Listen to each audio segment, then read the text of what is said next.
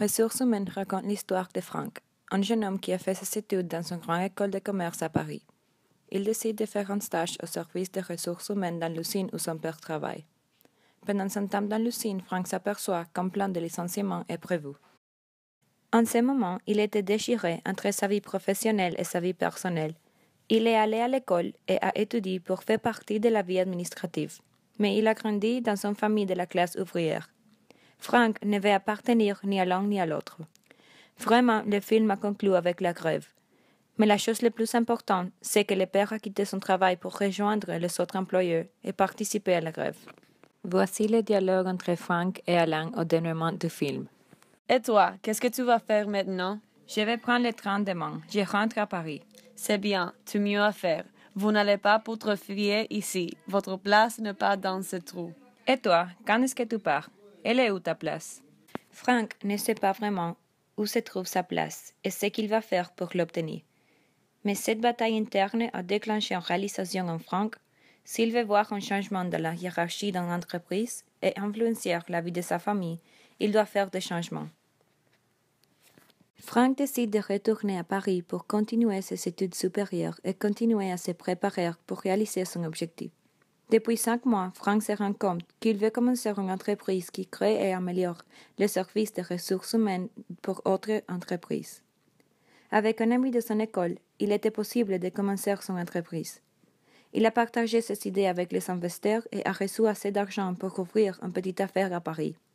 Depuis 3 ans, son entreprise a grandi et il a ouvert plusieurs succursales. La devise de la mission de son entreprise, c'est « Les employés en premier lieu ». Frank a été si affecté par l'environnement de travail dans l'usine de son père qu'il veut améliorer la vie de tous les ouvriers en France grâce à son entreprise. Voici le dialogue entre Frank et Maria dans son bureau. Mais oui, Maria, tu peux prendre un jour de congé pour aller en vacances avec ta famille. Merci, monsieur. Je vais terminer mon travail avant de partir. Le patron de L'Oréal a appelé pour demander des conseils d'un employé. D'accord, je l'appellerai pour faire un rendez-vous.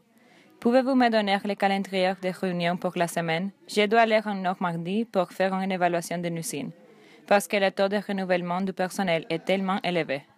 Bien sûr, monsieur. Donnez-moi 1 minute. Frank essayait d'avoir une bonne relation avec tous ses employés et clients. Dans son entreprise, il donne conseil et prépare un plan stratégique pour le département des ressources humaines et des clients. Avec son conseil, il a diminué le taux de renouvellement du personnel et a augmenté la morale d'employés. Son influence a changé premièrement la vie d'ouvrière. Il travaille en étroite collaboration avec les syndicats pour garantir le bonheur d'employés. Son premier client a été l'usine de son père. Il a offert son service gratuitement dans son effort de faire appel à son vieux patron. Son père est retraité de l'usine et se consacre à son atelier de menuiserie. Il continue à être fier de Frank et ses réalisations.